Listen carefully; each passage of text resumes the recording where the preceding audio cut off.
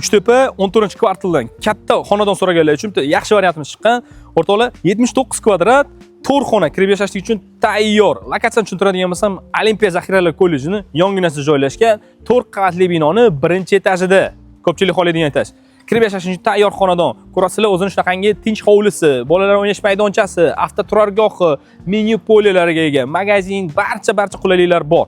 Videoda o'tkazib o'rmang, olib kirib ko'rsatamiz. Sizlar uy xonadonni, ya'ni planirovkasi bilan tanishtiramiz. Ko'rishingiz uchun hol o'ng qo'lga yuradigan bo'lsangiz, spalni, родительский, yonginasida sanuzellari, разделный hojatxonasi, и buni yonida hammomi.